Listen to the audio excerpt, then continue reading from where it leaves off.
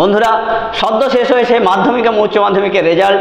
মাধ্যমিক এবং উচ্চ মাধ্যমিকের রেজাল্টে প্রচুর ছাত্রছাত্রী, মাধ্যমিকের ক্ষেত্রে আমরা 60 জনেরও বেশি দেখলাম যারা মেধা তালিকায় ঢুকে পড়েছে।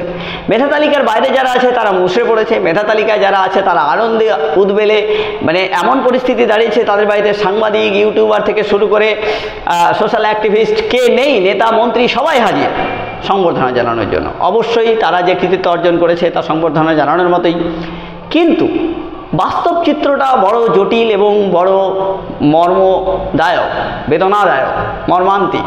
কীটা সেই বাস্তব চিত্র? এই যে র্যাঙ্কিং প্রসেস, এই র্যাঙ্কিং প্রসেসে আমরা 1 থেকে 20, 1 থেকে 10 যাই ঘোষণা করে থাকি, সেই ছাত্রছাত্রীরা ভবিষ্যতে কি হচ্ছে এর দায় কিন্তু না সরকার, না সমাজ, না শিক্ষা ব্যবস্থা, কিছুই হচ্ছে না। প্রতি বছর এরকম শয়ে শয়ে ছাত্রছাত্রী মেধা তালিকায় ঢুকছে, বেরোচ্ছে। তারা ভবিষ্যতে কোন জায়গায় গিয়ে সাইন করছে, কোন জায়গায় গিয়ে স্ট্যাবলিশড হচ্ছে, সেটার দায় না সমাজ নিচ্ছে, না সেটার দায় সরকার নিচ্ছে। তার কারণ কি? তার কারণ হচ্ছে আমাদের এই টিউশনি নির্ভর এবং কোচিং নির্ভর যে শিক্ষা ব্যবস্থা, যেখানে স্কুলের গুরুত্ব প্রায় নায়ের পর্যায়ে চলে গেছে। বেশিরভাগ স্কুলগুলোতে সায়েন্সের স্টুডেন্টরা এবং আর্টসের ক্ষেত্রেও চলে এসছে, তারা স্কুলে যাচ্ছেই প্র্যাকটিক্যাল করতে, বা কোথাও প্র্যাকটিক্যালও হচ্ছে না। তো প্র্যাকটিক্যালি যেখানে প্র্যাকটিক্যালও হচ্ছে না, সেক্ষেত্রে কিন্তু প্র্যাকটিক্যালি এইসব রেজাল্টের কোনো ভ্যালুয়েশনই থাকছে না। তার কারণ এইসব ছাত্রছাত্রীদের যখন জয়েন্ট নিট বা এইসব সর্বভারতীয় পরীক্ষাগুলোতে খোঁজা হয়, তখন দূর দূরান্তে কিন্তু দূরবীন দিয়েও তাদের দেখতে পাওয়া যায় না। এই যে র্যাঙ্কিং, এই র্যাঙ্কিংয়ে তারা যারা আসছে তারা সম্পূর্ণ আলাদা কেউ একজন এসে র্যাঙ্কিংয়ে ঢুকে যায়। এর কারণ কি? এর কারণ ওই একই, সেই কোচিং নির্ভরতা এবং টিউশন নির্ভরতা। যারা র্যাঙ্কিংয়ে আসছেন তারা কেউ বলছেন 10 জন, কেউ বলছেন 12 জন, কেউ বলছেন 14 জন টিউশনি মাস্টারের কাছে টিউশনি পড়ি। এই যে টিউশনি মাস্টারের কাছে টিউশনি পড়া, এইটা শুনে সাধারণ মানুষের মনে, যাদের পয়সা নেই, দিন আনি দিন খায় অবস্থা, তারা মনে মনে ভাবছেন এই 12 জন 14 জন টিচার, আমি তাদেরকে আমার ছাত্রটিকে, আমার ছেলেটিকে, আমার মেয়েটিকে না দিতে পারবো, না এই কোনদিন র্যাঙ্কিং করবে।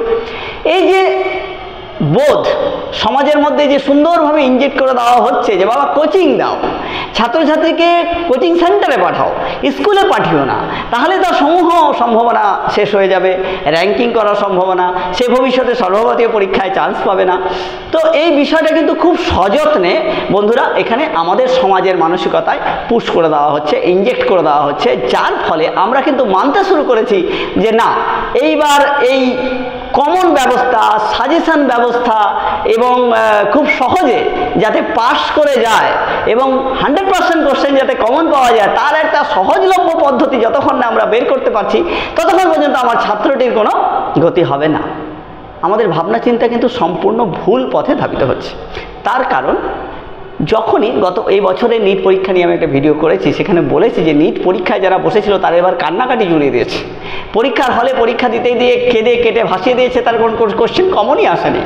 আরে বাবা, নিট পরীক্ষা ও সর্বভারতীয় পরীক্ষা, যেখানে তোমার কর্মসংস্থান হবে, সেখানে কি তোমাকে কমন কোশ্চেন দেওয়া হবে?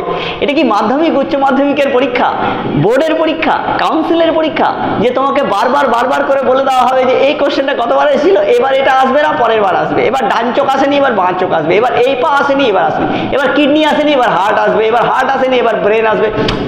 এভাবে হয় না বন্ধুরা। Preparation should be good. তোমাদের যে প্রিপারেশন, তোমাদের যে পড়া, সেই পড়াটা খুব ভালো হওয়া দরকার এবং সেটা সেলফ স্টাডি হওয়া উচিত, এবং সেটা কোনো টিউশনি মাস্টার বা কোচিং ক্যাম্প করতে পারবে না। কারণ আমি এতদিনের শিক্ষকতায় বুঝেছি যে কোনো কোচিং ক্যাম্পের পক্ষে কোনো যতজন ছাত্র যায় সেখানে ইন্ডিভিজুয়ালি ধরে এইভাবে করে বোঝানো, হ্যাঁ তারা গাইড করতে অবশ্যই পারে, কিন্তু তারা সেটা করবেন না। তারা যদি একটা ছাত্রকে একদিন ডেকে গাইড করে দেয় বা 7 দিনের একটা ক্লাস ক্যাম্প নিয়ে গাইড করে দেয়, তাহলে পয়সাটা কেন দেবে? অত লাখ লাখ কোটি কোটি টাকা তারা কেন পাবে শুধু 7 দিনের গাইডেন্সের জন্য?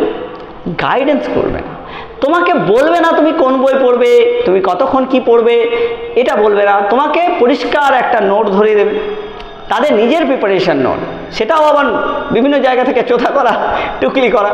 তো এইভাবে করে আমাদের ছাত্রদের কিন্তু সর্বনাশ হচ্ছে।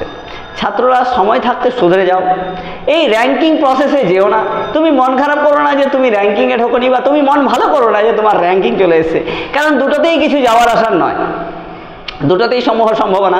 তুমি মন খারাপ করলেও তোমার কিছু হবে না, তুমি মন আনন্দ করলেও তোমার কিছু হওয়ার নয়।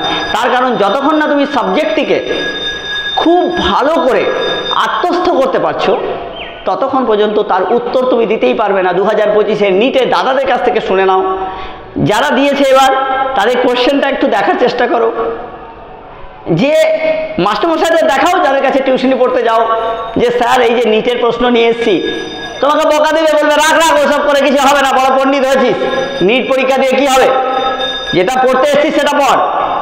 তার কারণ একটাই, তারা নিজেরাও পারবে না। এই বাস্তব সত্য যতক্ষণ না আমরা জানতে পারছি ততক্ষণ পর্যন্ত সমূহ বিপদ।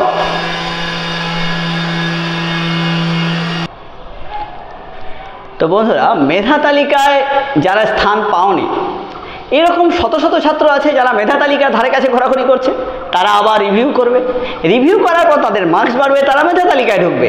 এই যে রিভিউ করা, মেধা তালিকায় না ঢোকার জন্য মন খারাপ, মেধা তালিকায় ঢুকলো তার জন্য আনন্দ, আবার তার জন্য সেলিব্রেশন, এইসব করতে করতে যে সময়টা অতিক্রান্ত হলো তা কিন্তু বড় নির্মম সময়। অর্থাৎ এই সময়ের মধ্যে যদি সে প্রিপারেশন নিত, সে পড়াশোনা করতো, সে একটা মাইন্ডসেট করতো, তাহলে কিন্তু আজকে এই মাস দুয়েক সময় তার নষ্ট হতো না।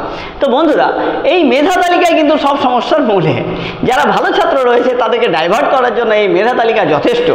যারা একটু ভালো পরীক্ষা দেয় তারা ওত পেতে বসে থাকে, তাদের বাবা মা যে আমার ছেলেটা মনে হয় এবার মেধা তালিকায়, আমার নামটা মনে হয় ওখানে বসে বসে সাংবাদিক সম্মেলনে প্রকাশ করা হবে, আর এখানে উচ্ছ্বাসে মেতে উঠবে সবাই, পাড়া পড়শি আত্মীয় স্বজন নেতা মন্ত্রী সবাই হই হই করে আমার বাড়িতে ছুটে আসবে, আর আমার ছেলেটিকে মেয়েটিকে নিয়ে সে কি তোল্লায় দেওয়া হবে, যার ফলে তার কি সমূহ ক্ষতি হবে। ক্ষতি হয়, খুব কম পার্সেন্টেজ স্টুডেন্ট রয়েছে যারা পরবর্তীকালে গিয়ে সেই সফলতার চূড়ান্ত পর্যায়ে উঠতে পারে। বরং এই যে মেধা তালিকা এবং যারা ঢুকতে পারলো না তারা রিভিউ করলো, তার অপেক্ষায় বসে থাকা, যদি 2 নাম্বার বাড়ে আমি মেধা তালিকায় ঢুকবো, যদি 4 নাম্বার বাড়ে আমি মেধা তালিকায় ঢুকবো, এটাতে কিন্তু তার কি হচ্ছে, মনঃসংযোগ, তার যে ফোকাস, সে ফোকাস কিন্তু বিনষ্ট হচ্ছে। তো এই কারণই ছিল যে মেধা তালিকায় মনোযোগ না দিয়ে সঠিকভাবে বিষয়কে বুঝে, বিষয়কে আত্মস্থ করে যদি প্রিপারেশন নেওয়া যায়, তাহলে কিন্তু আমরা নিট কেন, সর্বভারতীয় যে কোনো পরীক্ষায় উত্তীর্ণ হতে পারবো সফলতার সঙ্গে, এ বিষয়ে কোনো সন্দেহই নেই। শুধুমাত্র স্থান, র্যাঙ্কিং, নাম্বার দিয়ে কিছু হয় না। যে 60% নাম্বারের প্রয়োজন হয়, যে 75% নাম্বারের প্রয়োজন হয়, তাতে সবাই পায়। এখনকার দিনে যে লেভেলের ছাত্ররা পরীক্ষা দেবে তারা সবাই পাবে।